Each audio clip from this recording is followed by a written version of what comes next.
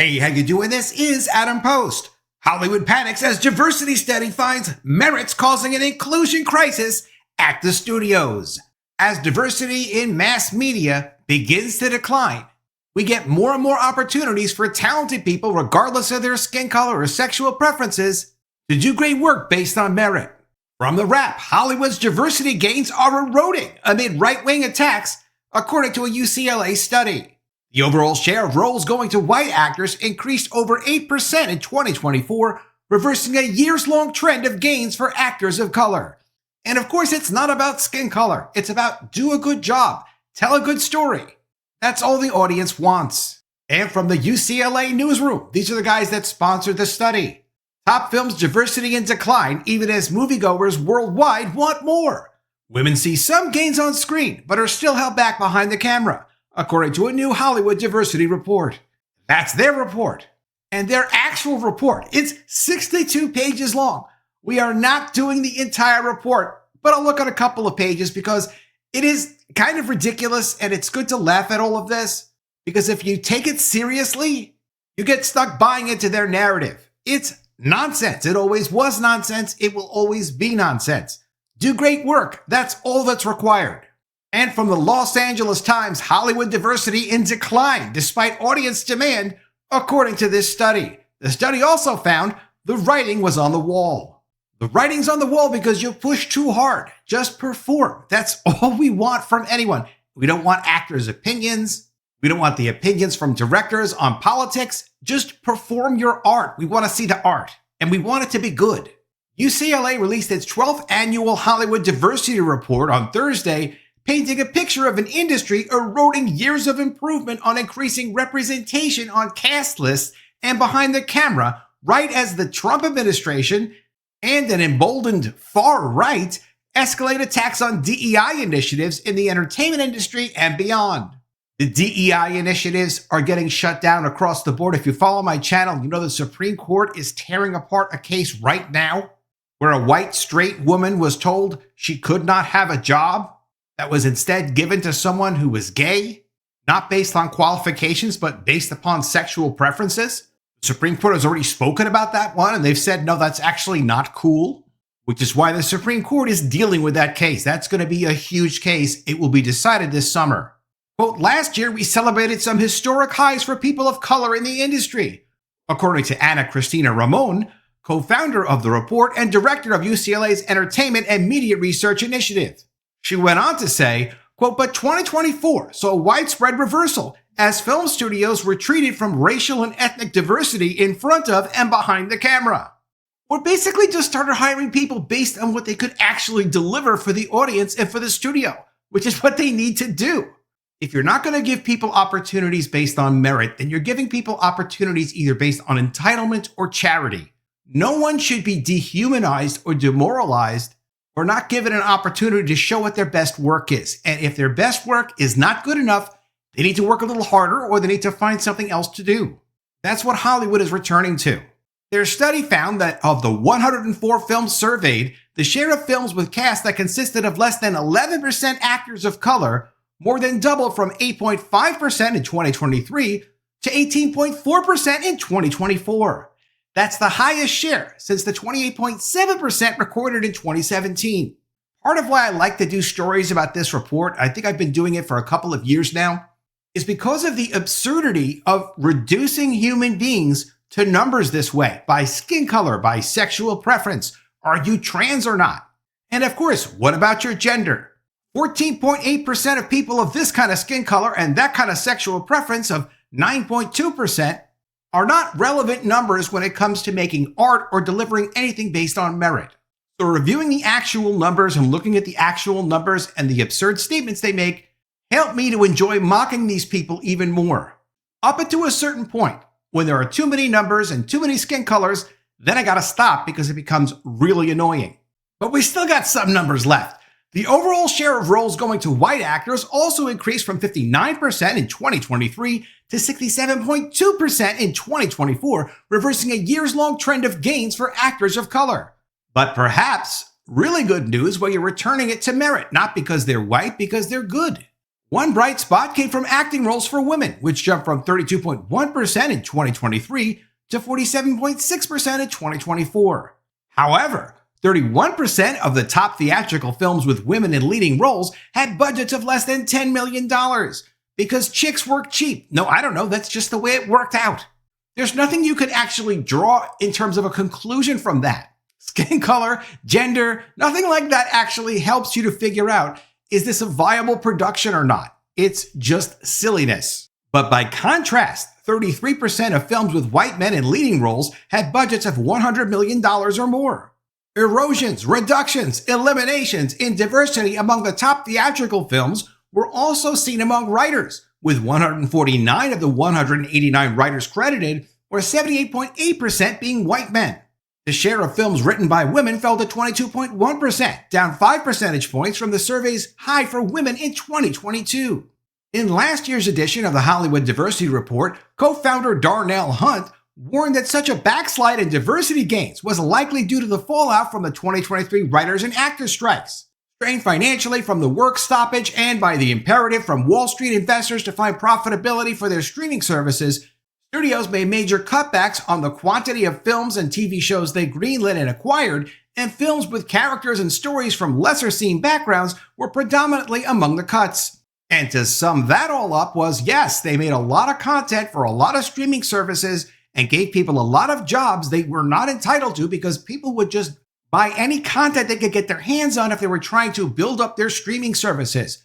All types of studios did that.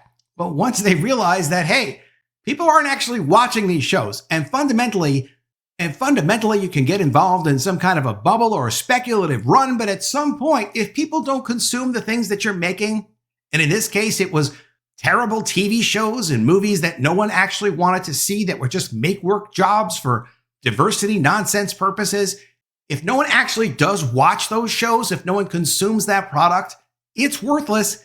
And at the very least, it has to stop. And that's why it stopped. Another major trend in Hollywood is the reduction of the writers' rooms. In the writers' rooms, they were giving a lot of opportunities to people who were there for diversity purposes, not based on merit. So as they went through the strike issues and Hollywood reduced production, they cut down a lot of job opportunities for people that were not there to write good work, to produce good work, to create valuable work. If they couldn't do it, there was no more market for those people. There were no more extra spots for those people on paid writing teams that they didn't deserve. Quote, the writing was on the wall, as we previously saw the loss of executive positions in programs focused on diversity, wrote Hunt. That was this story. This went all the way back to 2023, July 2023, from the Los Angeles Times. High-profile exits spark fears that Hollywood diversity pledges are just public relations. And they were public relations. And they thought they'd try it. And they allowed this to pollute their work and their content, their stories, their art. And the result was they produced a lot of garbage that no one wanted to see. It was July 2023 when they started laying off these diversity-inclusive executives at the studios. Hunt continued, quote, for the studios, it seems that they were not about investing in what our data has shown to be profitable. They went with what they considered safe. In business, what is safe is what is profitable. You can't just take the data from Mr. Hunt over here who's delivering this, quote, diversity report that is supposed to be credible in some way, as if it mattered how many black people or white people or Asian people or indigenous people were in a production, and that would somehow represent that it had profit opportunities, a literal return on investment. None of that counts. You can't just put a white guy in a movie and make money from that movie. And the same thing goes that, no, you can't just put a black woman in a movie and assume because you put a black woman in or a white woman in, all of a sudden that's going to be profitable for you. Although Mr. Hunt would disagree, I know that. But let's just be serious here.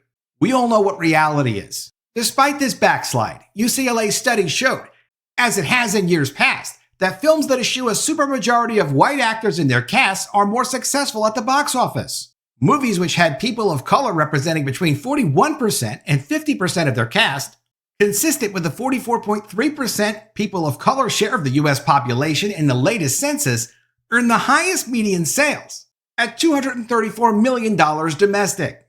On average, these movies, this is the stupidest thing. On average, these movies were also released in the most international and domestic markets and ranked the highest for their opening weekends. Among the box office hits that fit in the 41 to 50% category include Sony and Marvel's Venom: The Last Dance, and Warner Brothers and Legendary's Godzilla vs. Kong: The New Empire. Conversely, films that had BIPOC cast representation in the 11 to 20% range had the lowest median gross at just $33 million. And that information literally tells you nothing about planning movies or TV shows that you might make. Regardless of the film, non-white audiences continue to be the kingmakers for the box office, making up a majority of the audience share for 7 of the top 10 and 12 of the top 20 highest grossing films of the year, including the top 4, Inside Out 2, Deadpool and Wolverine, Despicable Me 4, and Moana 2. So if non-white audiences are so interested in seeing certain kinds of movies, why would the studios not just continue to make those movies that are actually successful? They don't need to put extra diversity in their movies to get the diverse population of the audiences to see the movies. People will just see movies if they're good movies. It's literally that easy. Making good movies can be difficult, but that is exactly what the studios need to figure out how to do. The diversity is literally not even a factor.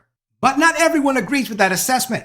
Quote, diversity is a key part of the big financial picture, said Jade Apston, one of the newest co-authors and a doctoral candidate in cinema media studies at UCLA.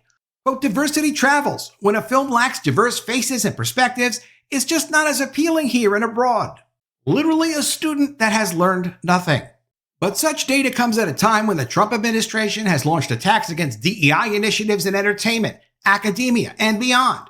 Earlier this month, FCC Chair Brendan Carr announced a probe into NBC Universal and its parent company Comcast intended to root out invidious forms of DEI discrimination. Because although it might be fun for some people to discriminate against others based on their skin color or their cultural background or sexual preference, it is actually illegal. And if you want to maintain an FCC broadcast license, or several of them as Comcast likely has, you better get right with the law. Other companies have voluntarily scaled back their DEI program since Trump's inauguration, including Disney, while President Trump's Department of Education has issued an order to K-12 schools and universities to shut down all diversity programs by the end of February or risk losing federal funding. We did a video on that story recently as well. And in the 62-page Hollywood on Diversity report from 2025, you can Google this if you like. You can find a copy of this PDF and go through it. It's as silly as it sounds. The study features some projections on the study of the future size of the population, estimating that by 2050, 53% of people will be BIPOC people in the United States. And while that number might seem interesting or terrific in some ways, it has nothing to do with making productions literally right now. Any franchise that's a good franchise has nothing to do with skin color or sexual preference. This report features numbers in overall cast diversity. They give you charts. They give you numbers. They cover directors, talking about what percentage of directors are of this skin color. For example, only 2 out of 10 theatrical film directors are people of color. Does that make any difference to any of us? The question is, are they good at what they do or not? But I know what you're thinking. You're thinking to yourself, okay, but what percentage of theatrical directors are women? We have to know this. Well, 1.5 out of 10 theatrical film directors are women. Why do we have that disparity? What's the gender disparity all about? Well, of course, that's completely irrelevant. Either women are making good movies or they're not making good movies. Either writers are talented writers or they're not talented writers. It's not that complicated. They try to make it complicated. You have to ignore it. You have to mock them because they know they can't exist. They can't survive if they make nonsense that no one actually wants to see. Let me know what you think of all this in the comments below. Always love to see your ideas. Please be sure you are subscribed to the channel. Click the bell for notifications. Give me a thumbs up, and I'll see you again soon with another story. And if I don't see you, I will miss you.